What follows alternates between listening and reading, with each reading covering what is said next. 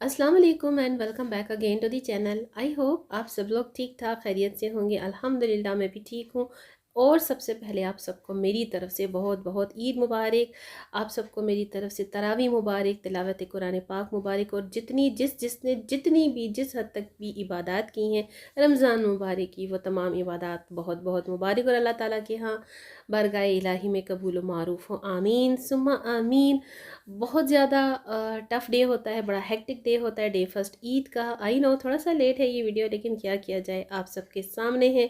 बिल्कुल भी टाइम नहीं मिल पाया इस रमज़ान मुबारक आप सबके साथ इतनी ज़्यादा शेयरिंग करने का, बट मैंने लिटिल लिटिल कोशिश तो ज़रूर की है। और वंस अगेन आप सबको मेरी तरफ से बहुत बहुत ईद मुबारक। मेरी ईद की रूटीन थोड़े बहुत आपको रैंडमली क्लिप्स के साथ मिलेगी।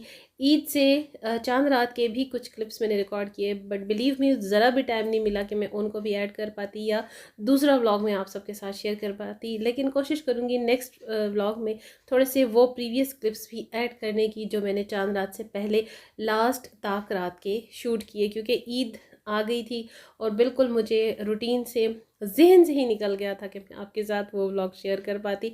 अब जब मैंने ये वीडियो शूट करने के बाद एडिट किया है ना, तो मुझे याद आया कि मेरे पास तो लास्ट ताक रात के भी क्लिप्स जो हैं वो पड़े हुए थे। तो जी बस अल्लाह ताला मेरी भी छोटी मोटी टूटी फूटी जो इबादतों की कोशिश है वो कबूल और मारूफ़ फरमाए। अपनी बारगाह इलाही में मेरे भी गुनाह माफ़ फरमाए। करदा ना करदा नागहानी आफात से बचाए, मुश्किलात से और बलियात से बचाए। मुझे, आपको, हम सब को, मेरे प्यारों को, मेरे रिश्तेदारों को, मेरे अजीज़ों को, मेरे दोस्तों को। बस यही दुआ होती है उठते बैठते। और रमज़ान मुबारक में जितनी जिसने जो जो दुआएं की हैं अल्लाह ताला वापस नहीं करता, अल्लाह ताला ज़रूर कबूल करता है। भाई हमारा ईमान है, एतकाद है, यकीन है अल्हम्दुलिल्लाह। तो जी यहाँ पर बस नमाज अदा करने के बाद ना जो हमारी सबकी रूटीन होती है, बहुत ही मिनिमल सी छोटी सी जो मेरी रूटीन होती है, इतना ज़्यादा तो मैं शेयर नहीं कर पाती, टाइम ही नहीं मिलता। और यही होता है कि डे फर्स्ट है तो क्योंकि बड़ी बहू हूँ घर में, एक हिसाब से बड़ी मैं ही हूँ, और अकेले होने की वजह से जो जो यहाँ मेरे पास करीब में हैं तो आते हैं मिलते हैं ईद। तो मुझे थोड़ा बहुत प्रिपरेशंस तो करनी पड़ती हैं। हर घर का यही एक शेड्यूल होता है ईद डे फर्स्ट पर, और फिर सेकंड या थर्ड डे फिर जहाँ कहीं हमें जाना होता है हम जाते हैं। यही हमारी रिवायात हैं, यही हमारा ट्रेडिशन है अल्हम्दुलिल्लाह। और इस पर बड़े हम राज़ी खुशी हैं, अल्लाह ताला की तरफ से दिए गए ये इतने खूबसूरत से त्यौहार जो है ना हमारे लिए तो हैं। और अल्लाह ताला हमें सबको हस्बी तौफीक अता फरमाए कि ये हमें नसीब भी हों और हम इनका एहतराम करते हुए इन्हें बहुत ही खूबसूरती के साथ ज़िंदगी की खुशियों के साथ गुजार भी सके। तो बहुत ही छोटे छोटे से क्लिप्स को मैं रिकॉर्ड कर पाई थी इन शॉर्ट, लेकिन बड़ी तो बहुत ज़्यादा बन गई थी वीडियो, बट मैंने कट बहुत किया। और टेबल से जाते बाकी तैयारी करते करते बिल्कुल भी बिलीव मी इतनी हिम्मत नहीं बचती कि उसको सारा कुछ संभल करके एक ही वीडियो में मैं समअप कर पाती। बट यहाँ शीर खुरमा, क्योंकि मैं भुनी हुई सेवइयाँ बनाती हूँ घर में, मेरे यही पसंद की जाती हैं। शीर खुरमा सिर्फ मेरी ज़ात तक मुझे ही पसंद है।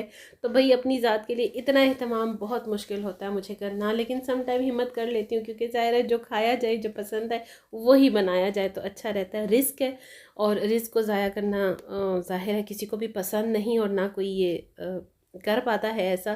तो बस सेवइयाँ मैंने यहाँ पर बना ली और दुआ भी मैंने की, क्योंकि अल्हम्दुलिल्लाह ईद उल फितर की भी दुआ की जाती है।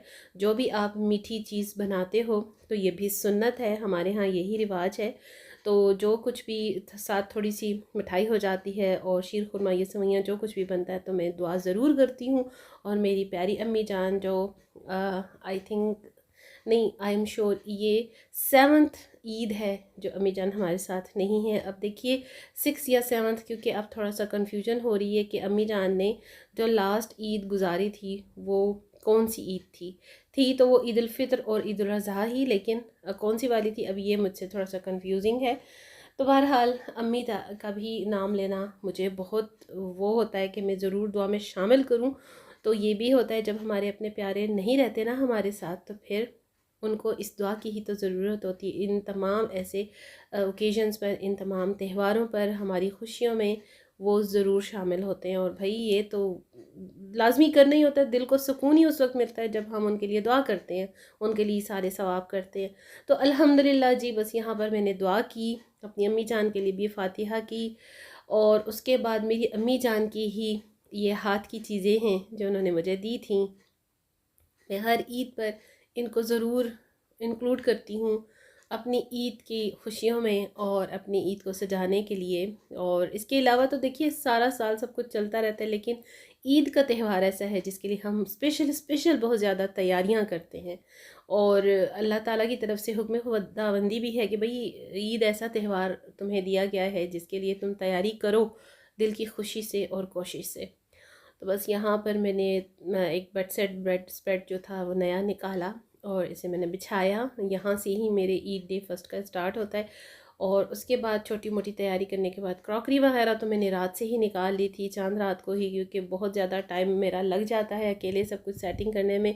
क्योंकि 3 दिन तो अंडरस्टूड है कि किसी हेल्पर में आना नहीं होता, ज़ाहिर है वो भी इंसान है, उनकी भी ईद है, त्यौहार है, उनके भी रिलेटिव्स होते हैं, मिलना मिलाना होता है हर किसी का। तो 3 दिन तक तो भाई मेंटली हम अपीयर होते ही हैं, ख़ुद को एक्टिव रखते ही हैं। हमें मेंटली ये चीज़ होती है कि भाई हेल्पर ने नहीं आना, और डे 4 पर जाकर हेल्पर ने अपना नमूदार होना है, शक्ल दिखानी है, तो तब तक हमने ऑल अलोन सब कुछ करना है। क्रॉकरी वगैरह सेट करने के बाद और बेड स्प्रेड बिछाने के बाद सब चीज़ें तो बाकी सब सेटिंग हो चुकी थी। बस फ़ौरन मुझे ये था कि अर्ली अर्ली जा करना, जो भी baking item, bakery item, confectionery लानी है मैं ले आऊँ, क्योंकि मीठी ईद है तो ज़ाहिर बात है कि हस्बैंड के भी जो हैं कोलीग्स वगैरह आते हैं, कोई मिलना मिलाना। मेरा तो यहाँ इतना सोशल सर्कल नहीं है क्योंकि मेरे सारे जो रिलेटिव्स हैं दूर दराज ही हैं, इन लॉज भी यहाँ पर नहीं है, वो भी सारे आउट ऑफ कंट्री हैं। मेरे जो फादर की साइड है वो भी आउट ऑफ कंट्री होती है, तो जो यहाँ पर रिलेटिव्स हैं ना, तो वो जो थोड़ा बहुत आ जाते हैं तो उनके लिए ज़ाहिर बात है कि करना तो पड़ता है गेस्ट के लिए, और ख़ुशी भी होती है और बड़ा दिल का जोश भी होता है इमोशंस भी होते हैं। इतना अच्छा सा रमज़ान अल्हम्दुलिल्लाह अल्लाह पाक ने हमें दिया होता है, तो उसके बाद फिर ये सब कुछ ना राइट होता है। हमारा भी अल्लाह पाक की तरफ से दी गई इन खुशियों को मनाने का हम सब का हक भी है। अल्लाह ताला इतना खूबसूरत जो मंथ है वो हमें नसीब फरमाता है, तो उसका शुक्र अदा करना तो बनता ही है। तो जल्दी जल्दी से मैंने यहाँ पर कुछ आइटम्स जो लेने थे वो आपको तो यहाँ शेयर करने के लिए मैंने बता दिया। सब कुछ स्वीट ही स्वीट है, और मैं यकीन करें बेकरी में जाती हूँ ना जब भी, तो स्वीट सारे आइटम देख के मुझे कुछ होने लगता है, मुझे होल पड़ने लगते हैं। तो मैं ज़्यादातर जल्दी से ना बस नमकीन सेक्शन की तरफ जाती हूँ। जो जो चीज़ें मुझे पसंद होती हैं तो बस वो मैं जल्दी से उठाती हूँ। बेशक I am not too much social, but इतनी सोशल ज़रूर हूँ, थोड़ा बहुत मिलना मिलाना रिलेटिव्स के साथ होता रहता है, आना जाना, गैदरिंग्स, पार्टीज़, इफ्तार डिनर वगैरह, और ईद डिनर वगैरह तो होते ही हैं। सबके घरों में आना जाना ये अच्छा भी लगता है। तो उसी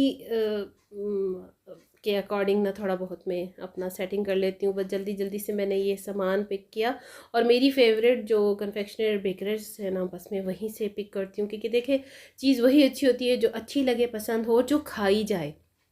रिस्क है, पैसे भी ज़ाया होते हैं, रिस्क भी ज़ाया होता है, गुनाह भी मिलता है। तो थोड़ी चीज़ हो, अच्छी चीज़ हो जो खाई भी जाए, वरना तो मिलता सब कुछ ही है। और जहाँ तक बात है महंगाई की, चार्जेस की, तो देखिए सस्ता कुछ भी नहीं है, सब कुछ पैसों से ही मिलता है।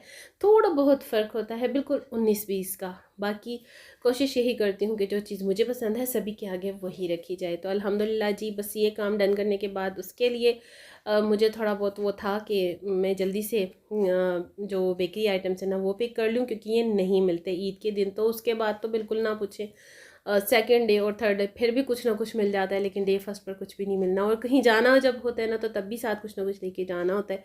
तो बस मुझे ये होता है कि कुछ ना कुछ मेरे पास मौजूद होना चाहिए फ्रेश, और पहले से इंसान लेकर रख भी नहीं सकता, क्योंकि कन्फेक्शनर आइटम्स जो होते हैं ना वो जल्दी थोड़ा सा सोगी सोगी हो जाते हैं। खैर जी, उसके बाद लंच तो हमारा बड़ा लाइट सा होता है। चना चाट और चाट वगैरह तो सारा रमज़ान चलती है। तो इस ईद डे फर्स्ट पर ना मॉर्निंग में मैंने कोई भी चाट नहीं बनाई, कोई मेरा प्रोग्राम प्लान नहीं था, बस भुनी सेवइयाँ थी, थोड़ा सा शेर खुरमा था और टी केक था। उसके बाद क्योंकि लंच मैंने लाइट से ही करना था, अपने लिए पास्ता वगैरह बनाया था। बस घर में हम 3 लोग थे। उसके बाद ज़ाहिर है कि फिर डिनर के लिए हमने बाहर जाना था। सेकंड डे पर गेस्ट से आना था, तो उसके लिए थोड़ी बहुत मैंने तैयारी की थी। अल्हम्दुलिल्लाह अल्लाह ताला ने इतनी हिम्मत दी और इतनी एक्टिव रही कि इतनी रमज़ान की थकावट के बावजूद, क्योंकि हमें मेंटली पता होता है ना कि अब ईद डे फर्स्ट है, तो बस अब सारे काम जो है ना हमारे ख़त्म होने को आ गए, तो उसके बाद मैंने रिलैक्स हो जाना है।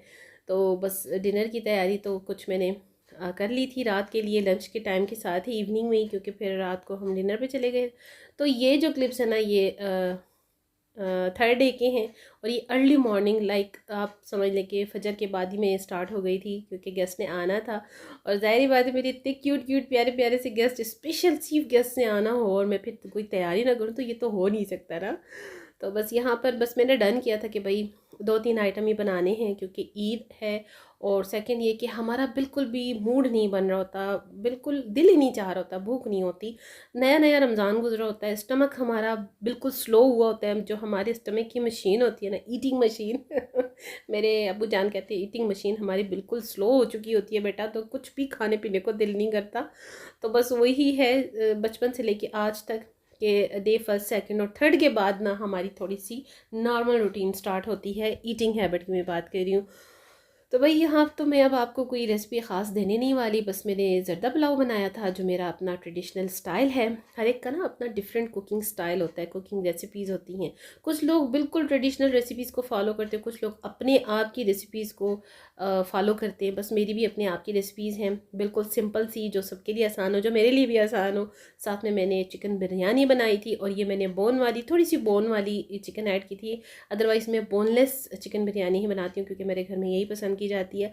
वहाँ पर मेरे बाबा भाई लोग भी विदाउट बोन की ही पसंद करते हैं हमेशा से चिकन, और मेरे घर में भी हस्बैंड को, मेरी मदर इन लॉ को और सब बच्चों को भी पसंद होता है बोनलेस। तो जाहिर बात है वही चीज़ बननी चाहिए जो कि खाई जाए।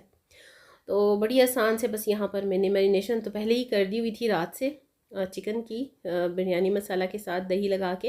तो मेरे लिए बड़ा इजी हो जाता है। कुछ टिप्स और ट्रिक्स जो होती हैं हमें खुद ही फॉलो करनी पड़ती हैं। और चिकन बिरयानी की मैं आपको यहाँ पर एक टिप भी देती चलूँ कि जब भी आपने बनानी हो बीफ बिरयानी या चिकन बिरयानी ना, तो उसको आप ओवरनाइट दही में मसाला लगा के मैरिनेशन कर लीजिए। फिर देखिए आपको जो हम लेयर लगाते हैं ना, उसमें इतने मज़े का टेस्ट आता है ना, क्योंकि ओवरनाइट उसको स्टे मिल जाता है ना। जो मसाले का अपना एक तमाम अरोमा होता है ना, वो चिकन में बीफ में रच बस जाता है।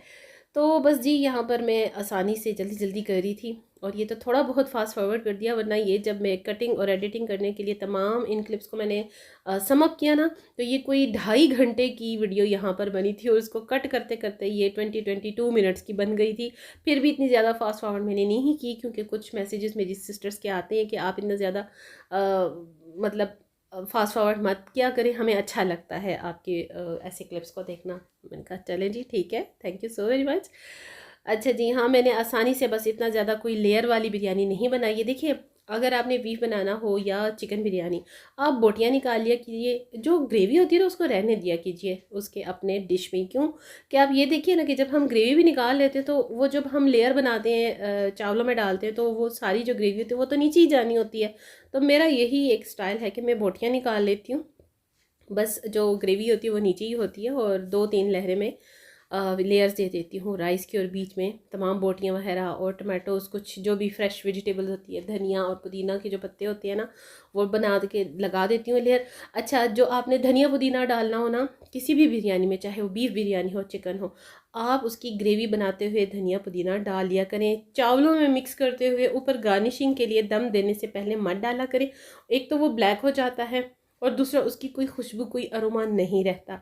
ये आप करके देखिएगा, मेरा एक्सपीरियंस है। पहले मैं भी इसी तरह किया करती थी कि मुझे हरा हरा सब्ज़ा सब्ज़ा ऊपर नज़र आए, लेकिन मैंने फिर बाद में एक्सपीरियंस किया, और मैंने अम्मी जान को भी देखा था इसी तरह। वो जब भी बिरयानी बनाती थी या इवन पुलाव भी बनाती थी, तो पुलाव की जो यखनी होती है ना, जो ग्रेवी होती है, उसमें अगर आपने धनिया डालना है, पुदीना डालना है, तो हमेशा याद रखिए ये जो सब्ज़ किस्म की सब्ज़ियाँ होती हैं, आपने अगर चावलों में डालनी है तो ग्रेवी बनाते हुए, यखनी बनाते हुए डाल दीजिए, तो वो ग्रीन भी रहेंगी, और उसकी जो खुशबू एक अरोमा है वो भी आपके चावलों में ऑटोमेटिकली आ जाएगा। लेकिन दम देते हुए आप चावलों के ऊपर ना स्प्रेड किया करें, उसका कोई फ़ायदा नहीं होता। एक तो वो ब्लैक हो जाता है, दूसरा उसकी कोई खुशबू, उसका कोई अरोमा आपकी बिरयानी या पुलाव में शामिल नहीं होता। ये है जी दूसरी टिप। साथ साथ टिप्स भी चल रही हैं ना। और ये बस चिकन कौरमा मैंने बोनलेस ही बनाया था, थोड़ा सा यहाँ पे मिल्क क्रीम ऐड कर ली थी, तो ये क्रीमी चिकन कौरमा मैंने बनाया था। ये देख लीजिए मेरी बिरयानी की फ़ाइनल लुक। और पास्ता भी मैंने बनाया था क्योंकि बच्चों को बड़ा पसंद है, और मेरी नीस ने भी आना था, तो ज़ाहिर बात है बच्चे तो फिर यही ऐसी ही चीज़ें पसंद करते हैं। लेकिन भाई मेरी नीस जो है ना, मेरे जो प्यारी सी क्यूट सी जो मेरी शहज़ादी है ना, लाडो रानी मेरी, बड़ी नखरेलू है, बड़ी नखरे करती है, और खाने पीने में बिल्कुल ज़ीरो है। और बस बच्चे ऐसे ही हैं, हमारे बच्चे बस इसी तरह है, कुछ खाने के पीने के शौकीन नहीं है, जंक फूड के भी शौकीन नहीं है। यही वजह कि स्मार्ट भी रहते हैं अल्हम्दुलिल्लाह, और बस बहुत ही चूज़ी हैं। और मेरी जो नीस है ना, मेरी लाडो रानी, वो तो बड़ी ही चूज़ी है, वो तो सिलेक्शन में भी सिलेक्टिव है, बस उसका यही हाल है। तो जी बस उसके लिए मैंने स्पेशल पास्ता बनाया, बच्चे खा लेते हैं, साथ में हमारे अपने भी बस बच्चे जब बैठते हैं तो खाने पीने में कुछ ना कुछ ये नखरे तो होते ही हैं बच्चों के, और बच्चों के नखरे तो उठाने पड़ते ही हैं। बस जी इसके बाद मेंटली क्योंकि मैं फ्री हो जाती हूँ कुकिंग वगैरह करके, टेबल वगैरह सेट करके, बस मुझे ये होता है कि बस अब my duty is and now. कोई भी अगर आएगा तो भाई एटलीस्ट मुझे किचन में बार बार चक्करें नहीं लगानी पड़ेंगी, और अच्छा लगता है जब आपने पहले से सेटिंग करके रखी होती है तो गेस्ट वगैरह को थोड़ा सा सर्व करने में ना बड़ी आसानी हो जाती है। और अपनी मर्ज़ी के हिसाब से अगर हम सेटिंग करते हैं तो फिर तो वो ज़्यादा अच्छा हो जाता है। अच्छा जी, ये मेरा ईद डे फर्स्ट का ड्रेस है। वैसे आप इसकी बात है, गर्मी आई और बस चली गई अल्हम्दुलिल्लाह। 2 दिन बड़ी प्यारी बारिश हुई नॉर्दर्न एरियाज़ में, और के में भी तो मौसम बहुत ही ठंडा ठंडा सा हो गया था। यकीन कीजिए कि चंद घंटों के लिए दोबारा से हमें हीटर भी ऑन करने पड़े, और थैंक गॉड कि मैंने हीटर अपनी अभी दोबारा से संभाले नहीं थे। तो सूट्स तो भाई लॉन के ही सिलवाए, स्टिच करवाए, ये कॉटन का सूट भी स्टिच करवाया, तो काम ही आ गया और एकदम से प्लान चेंज हो गया। और अगर आपको मज़ीद डिटेल चाहिए ना कि भाई ईद डे फर्स्ट का मेरा क्या लुक और ओवरऑल तमाम जो मेरी एक्सेसरीज़ और जो मेरी मेहंदी डिज़ाइन, तो आपने थोड़ा बहुत देख ही लिया, मैंने आपको स्टार्ट पर ही शेयर कर दिया। तो भाई यकीन कीजिए कि टाइम बिल्कुल नहीं मिल पाता कि इतना तफसील के साथ वीडियो में या व्लॉग में शेयर किया जाए। और मैं कोई इन्फ्लुएंसर तो हूँ नहीं कि मैं इंस्टाग्राम पर टाइम टू टाइम हर मिनट मिनट की स्टोरीज़ या फिर इस तरह से लगाती रहूँ पिक्चर्स वगैरह। तो अच्छा मौसम बड़ी खूबसूरत अल्हम्दुलिल्लाह ईद गुज़री, और डे फर्स्ट पे मेरा जो ड्रेस है वो भी आपने देख लिया। और इसके बाद डे सेकंड और थर्ड, क्योंकि हम लोग घर पे होते हैं इतना ज़्यादा सोशली तो मेरी मूवमेंट होती नहीं है, लेकिन जितनी भी होती है अल्हम्दुलिल्लाह उसके हिसाब से जो अपनी ड्रेसिंग करनी होती है, जो भी वेयरिंग करनी होती है, हस्बैंड ने, मैंने, बच्चों ने, घर में जिसकी जो भी वेयरिंग होती है ना, वो हमने प्रिपरेशन तो करनी होती है। और तैयारी करना और नए कपड़े पहनना सुन्नत है ईद उल फितर पर। अल्लाह ताला इतना खूबसूरत हमें होली मंथ देता है, तो हम रोज़े रखते हैं, इबादत करते हैं, तो उसके इनाम में अल्लाह ताला का हुक्म है कि ईद मनाओ, नए कपड़े पहनो अगर तुम्हारी तौफीक है तो। अल्लाह ताला सबको तौफीक अता फ़रमाए, हिम्मत, सेहत, रोज़गार और ज़िंदगी अता फ़रमाए कि अल्लाह ताला सबको इन सब चीज़ों के साथ ना खुशहाली के साथ सब कुछ नसीब करे और अता फ़रमाए, आमीन सुम्मा आमीन। हम तो सबके लिए यही दुआ करते हैं, कहते हैं ना कि किसी दूसरे के लिए की गई दुआ तुम्हारे अपने हक में भी की गई दुआओं में से कबूलियत की कोई ना कोई घड़ी हो सकती है। तो बस इसके बाद ये था कि मेरे जब गेस्ट आए तो मैंने फ़्रेश फ्रूट चाट बनाई और साथ में फ़्रेश जूस बनाया, क्योंकि ज़ाहिर बात है कुछ चीज़ें ऐसी होती हैं जो पहले से बना के नहीं रखी जा सकती। मुझे ये होता है अपनी अम्मी की तरह कि कुछ भी हो ज़्यादा बेस यही करनी चाहिए कि घर पर जो चीज़ बन सके ना भाई, मज़ा उसी का होता है। और प्यार मोहब्बत यही होती है जो घर पर आप अपनों के लिए ना अपना इतना टाइम देते हो, अपनी इतनी एनर्जीज़ देते हो। ये कोई एहसान नहीं होता, ये खुशी होती है और बड़ा सुकून मिलता है, बड़ी खुशी का एहसास होता है। सारी उम्र देखा अपने अम्मी बाबा को रिलेटिव्स के साथ देना दिलाना, घर पर गैदरिंग्स करना, हर चीज़ करना, मतलब मैं बचपन से ये चीज़ें देखती आई हूँ, तो अब मुझे भी अच्छा लगता है जब मैं खुद करती हूँ। तो मुझे अब पता चलता है कि मेरे पेरेंट्स ने जितना सबके साथ किया तो वो कितनी खुशी से करते थे और कितने शौक़ से करते थे। आज जब मैं करती हूँ तो मुझे भी वही खुशी फ़ील होती है, वही शौक़ फ़ील होता है, वही सब कुछ महसूस होता है, वही फीलिंग्स होती हैं जैसे मेरे पेरेंट्स करते आए हैं। ठीक है, आई नो कि आजकल ज़माना बड़ा आगे निकल गया। अब कुछ महंगाई की वजह से, कुछ दूरियों की वजह से, कुछ मुसाफरी ट्रैवलिंग की वजह से जो लोग आउट ऑफ कंट्री है, जो रिलेटिव्स ज़्यादा करीब नहीं रहते, ट्रैवल करना बड़ा मसला होता है, बीमारियां हैं, 100 मसले मसाइल हैं, तो उस वजह से ज़्यादा गैदरिंग होना, सोशल होना, किसी के घर आना जाना काफ़ी हद तक कम हो चुका है। लेकिन कुछ ऐसे लोग, कुछ ऐसी फैमिलीज़ भी हैं जो आज भी मिल बैठ कर एक दूसरे के साथ प्यार मोहब्बत से रहना, टाइम स्पेंड करना, शौक़ से, ज़ौक़ से और ख़ुशी के साथ पसंद करते हैं। और अल्हम्दुलिल्लाह अल्हम्दुलिल्लाह we are one of them. तो मुझे इस पर बहुत प्राउड भी होता है अल्हम्दुलिल्लाह। अल्लाह ताला इसी तरह हम सबको तौफीक भी दे कि हम इसी तरह सब कुछ करते रहे। हमारे जो प्यारे प्यारे खूबसूरत से जो हमारे रिश्ते, जिसको हम पश्तो में कहते हैं, हमारे मशर ज़िंदा रहें, हयात रहें, सेहत व सलामती और शफा वाली ज़िंदगी के साथ।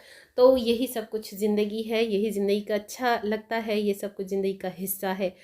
और ये थी मेरी ईद की रूटीन, और कोशिश करूँगी जो मेरे पास कुछ लास्ट क्लिप्स भी हैं रमज़ान मुबारक की ताक रातों के, हो सका तो नेक्स्ट व्लॉग में मैं वो भी ऐड कर दूंगी। और जो सिस्टर्स मेरे ऐसे व्लॉग्स को, वीडियोस को पसंद करती हैं, अपनी राय का इजहार करती हैं, उनके लिए भी बहुत बहुत शुक्रिया और बहुत सारी दुआएं। और उनको भी मेरी तरफ से बहुत बहुत ईद मुबारक। मैं यहाँ पर किसी का स्पेसिफिकली नाम नहीं लेना चाहती, लेकिन जिनको मैं कह रही हूँ वो समझ गई होंगी, जो रेगुलर कमेंट्स भी करती हैं और मुझे डीएम्स भी करती हैं। So thanks to all of you once again. मेरी तरफ से आप सबको बहुत बहुत ईद मुबारक। दीजिए अब मुझे इजाज़त। और अगर मेरे चैनल पर यहाँ तक वीडियो देखते देखते आ ही गए हैं तो चैनल को कर लीजिए नोटिफिकेशन बेल के साथ सब्सक्राइब, वीडियो को कर लीजिए लाइक, ताकि यूट्यूब मेरी वीडियोस को आगे फर्दर नेक्स्ट रिकमेंड करे। आपकी एक लाइक से ना बहुत बूस्ट मिलता है। अपनी दुआओं में भी ज़रूर याद रखिए, कोई पता नहीं किसी के भी हक़ में की गई दुआ आपके अपने हक़ में किसी भी दुआ को कबूलियत का शर्फ बख्श सकती है। See you tomorrow with the brand new content in the next vlog inshallah. Stay blessed, stay happy and take very good care of yourself a lot. Till then next video, Allah Hafiz and bye bye. अपनी दुआओं में याद रखना बिल्कुल ना भूलिएगा।